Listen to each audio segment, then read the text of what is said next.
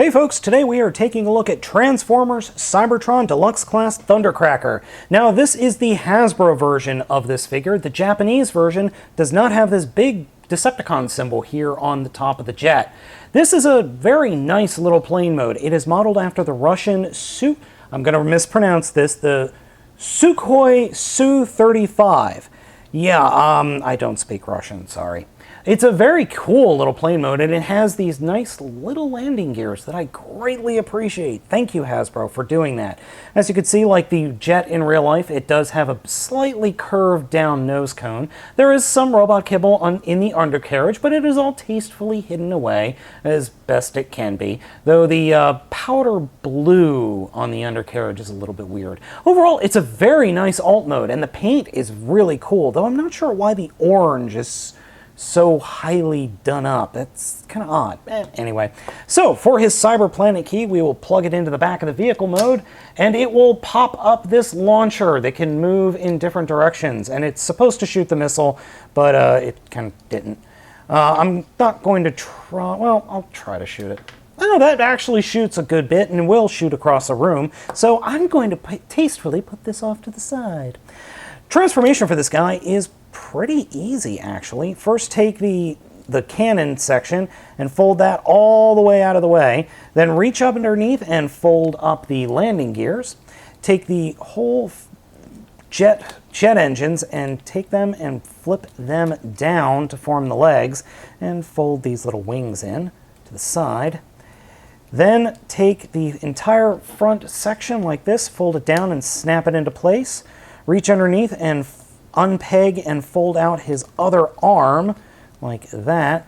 Then taking the cannon and flipping that around to the side, fold and sandwich the entire front of the vehicle mode down and pinch your fingers in the process. Ow, man. And just get everything folded correctly into place, and his rear should peg in nicely to the rest of the robot mode. Then we can finish up by folding out his fist, folding up the cannon arm and pegging that into place, and then opening up the sides of the jet modes and flipping out his feet. And I forgot in the transformation to show you, but take his nose cone and just flip that up and under to back where the legs are. The figure in robot mode looks pretty cool, and he has a good bit of posability. However, that posability is greatly affected by his big arse cannon here. This cannon is just almost as heavy as the figure itself. So if you've got him with the cannon pointing forward, he's going to fall over unless you pose him properly. Now, the cannon is supposed to lift up and off of the tray here, but my figure doesn't want to do that. I mean, you can even see the hinge right there where it's supposed to lean up, and it just doesn't. It doesn't want to do it. So let's try and get the planet key in there. Ah, there we go. Now, when we attach the Cyber Planet key, instead of just firing the missile, it lifts the entire launcher part up away from the rest of the arm, and it looks absolutely ridiculous. I really don't know why he would be firing a gun like this. It's just kind of dumb.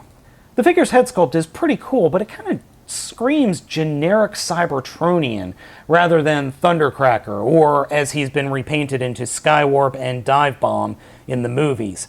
He does have light piping in the eyes. It is a nice amber light piping that we can see in the back of the head. But overall, I think the color scheme of amber, orange, gray, and blue is just a little weird. It works on the tips of the missiles, but on the rest of him, it's just odd and feels out of place.